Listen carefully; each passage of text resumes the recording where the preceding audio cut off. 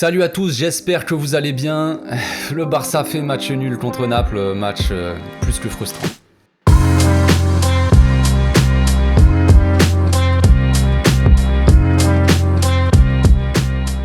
Au passage, n'hésitez pas à vous abonner, liker et commenter, c'est le meilleur moyen de me soutenir et ça fera plaisir à tonton.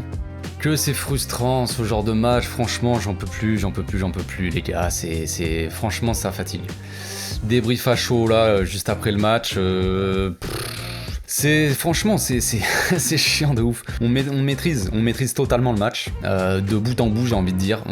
En face eux ils sont quasiment pas dangereux du match et au final on finit voilà match nul non mérité on va dire. Non mérité dans le sens où on a contrôlé et on a dominé tout le match, mais match nul mérité dans le sens où on n'est pas foutu de marquer un but encore une fois, enfin à part sur penalty. Donc le Barça a commencé le match en 4-3-3 avec Mingueza, Piqué, Garcia et Alba en défense, avec Frenkie enfin Frenkie en 6, avec à côté de lui Nico et Pedrito, qui pour moi n'aurait pas dû jouer vu son état de forme, je ne comprends pas, et en plus il joue tout le match, bref, incompréhensible pour moi. Devant on avait un trio assez intéressant sur le papier, même si pour moi Ferran n'aurait pas dû jouer le match, ou en tout cas peut-être rentrer en deuxième mi-temps, donc avec Adama, Aubameyang et Ferran. Donc le match démarrait plutôt bien, franchement le match en soi est très intéressant. On a pressé, on a fait un pressing hyper intéressant, un gros pressing à la perte de balle, un pressing haut sur le terrain,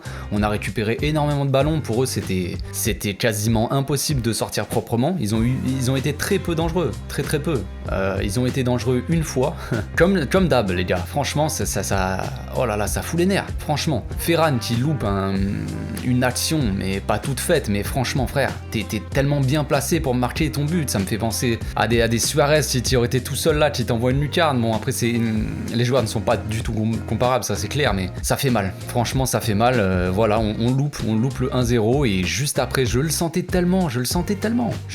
trop, je vois l'action, juste après je me dis ça sent pas bon, et Jordi Alba qui nous fait une dinguerie, enfin de toute façon là pour le coup tout le monde défend mal, je vous le dis de tête là comme ça, mais Jordi Alba il se jette lui comme un, alors lui c'est soit il met pas le pied quand il centre, soit il se jette comme un bleu quoi, donc il est éliminé totalement. Pedri fait pas l'effort, je suis désolé pour Pedrito mais il fait pas l'effort. Frenkie lui il nous a fait une bousquette contre l'Espagnol, il reste en défense mais il ne sort pas sur le joueur et il laisse tirer, c'est totalement genre il y a aucune réaction de la défense à part Piqué qui essaie de tacler, mais bon c'est trop tard, c'est vraiment pas possible. Là je vais pas faire une grande analyse du match de Frenkie ou quoi, je pense que je le ferai plus tard, je sais pas quand, mais pour moi il a été quand même intéressant par rapport à Busquets dans la remontée de balle, tout ça, mais le problème c'est que c'est compliqué pour lui d'être seul en 6. C'est compliqué pour lui. Là on a bien vu que Nico était quand même assez haut. On sait que quand il jouait à l'Ajax, Frenkie il jouait en double pivot et que quand il faisait ses montées, il y avait toujours un gars qui protégeait un peu. Là Nico, il montait aussi pas mal. Donc ça faisait Frenkie qui montait, Nico qui montait et Pedri qui jouait haut. Donc c'était assez risqué.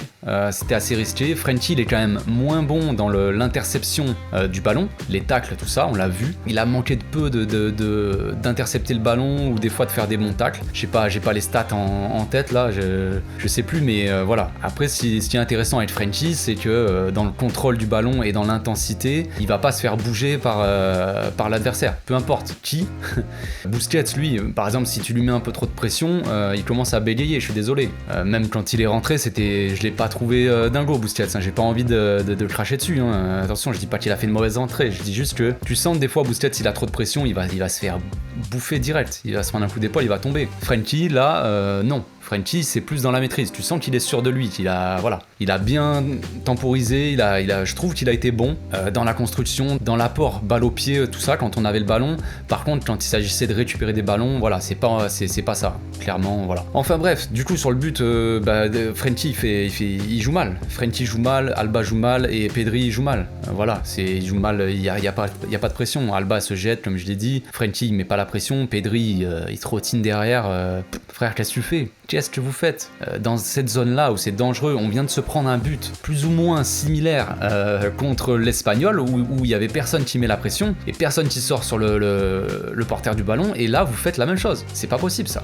Vous retenez pas les leçons les gars. Donc c'est très frustrant, hein. Franchement c'est frustrant de voir ça. Après bon voilà, on a galéré. Ferran a continué à louper énormément de balles de but. Franchement c'est très frustrant.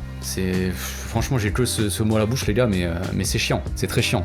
Nico a été très bon, Nico a été vachement bon sur ses orientations de ballon. Dès qu'il avait en une touche, il orientait son corps, il allait direct vers l'avant, c'était très intéressant. Franchement j'ai très satisfait du match de Nico, il a été présent dans la récupération aussi, il récupérait beaucoup de ballons, beaucoup de pressing haut, c'était un très bon match de Nico, mais ça m'étonne pas de toute façon. Comme je l'ai dit, Pedri, moi je comprends pas pourquoi il a joué, je l'ai senti fatigué de ouf, je l'ai senti très très fatigué. À la fin il a fini le match, il était à genoux, il était en train de ramper. Qu'est-ce qui se passe avec Pedri? Je ne comprends pas, il se passe quoi en fait les gars? C'est impossible pour lui qu'il sorte, on va le cramer encore. Koeman, c'est Koeman qui gère les trucs encore, qu'est-ce qui se passe?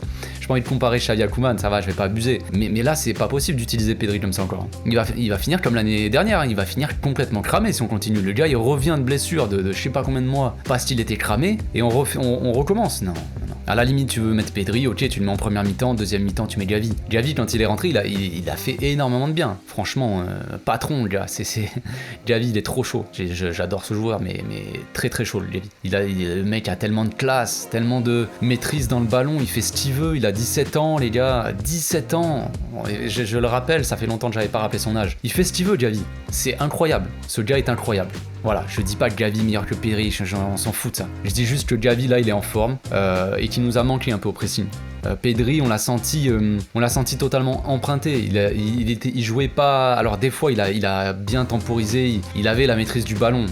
Pedri, c'est un monstre. On le sait, les gars. Voilà, balle au pied, il fait ce qu'il veut. Mais physiquement, on l'a senti emprunté. S'il avait été vraiment frais physiquement, voilà, il a loupé des passes bêtes. Des fois, il perdait des ballons parce qu'on le sent qu'il manque de fraîcheur, tout simplement. Après, en attaque, voilà, Aubameyang a été intéressant.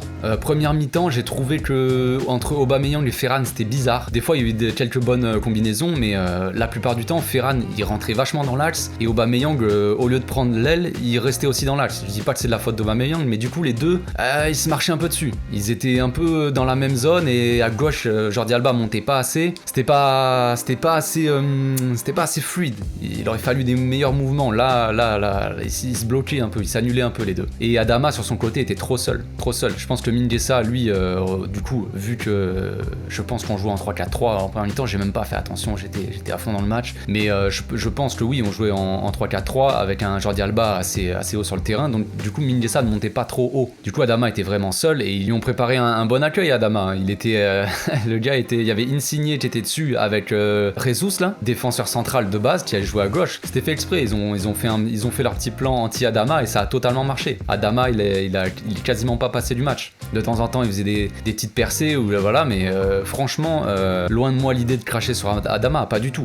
Pour moi c'est pas qu'il a fait un mauvais match, c'est juste que en fait ils l'ont totalement cadenassé. Il était plus ou moins transparent, il n'a pas été très dangereux quoi. Et du coup vu qu'il s'est fait bien bloquer par les défenseurs, je trouve qu'ensuite il est sorti du match dans le sens où il a ralenti le jeu des fois il pouvait jouer en une touche de balle. Aubameyang a été intéressant dans ses appels de balle en profondeur. Franchement quand on partait un peu en contre quelques fois où on sent que ça partait vite avec Nico qui portait bien, genre Adama qui part vite, Aubameyang qui part vite, Ferran qui fait aussi les appels, ça pouvait partir vite des fois quand on récupérait le ballon mais ça manquait de je me rappelle en gros d'une action qu'Adama il récupère le ballon, je sais plus qui c'est qui fait la passe sur le côté, peut-être Mingueza, Piqué ou Nico, et au lieu de la jouer en première intention pour Aubameyang qui part seul dans l'axe, mais seul, tu lui donnes en une touche de balle en profondeur, il arrive seul devant le goal. Et ben Adama il garde le ballon, il court, il va provoquer sur le côté. C'est trop tard après. Et après il fait des passements de jambes machin et la défense a le temps de redescendre. Donc des fois il a ralenti un peu trop le jeu je trouve. C'est dommage. Il a été remplacé par Dembélé après qui a fait une très bonne rentrée. Bon il a été sifflé. Je trouve ça dommage aussi même si voilà c'est on va dire mérité par rapport à la situation. Bon après voilà ils ont arrêté le sifflet valait mieux, c'est bon les gars, on a compris, vous êtes pas contents, personne n'est content de Dembélé, mais là il faut qu'on gagne ce match, il faut que tous les joueurs soient encouragés. Du coup il a quand même fait une bonne rentrée Dembélé, il a été très bon. Je regrette du coup de pas l'avoir vu dès le début du match, voilà, il aurait été peut-être sifflé au début, mais vas-y, on s'en fout après. Il aurait fait du bien. En défense en première mi-temps, ils ont mis 2 joueurs sur Adama sur le côté, et Adama s'est fait totalement bloquer, et de l'autre côté, Ferran, on sait, dans le dribble, il apporte pas énormément.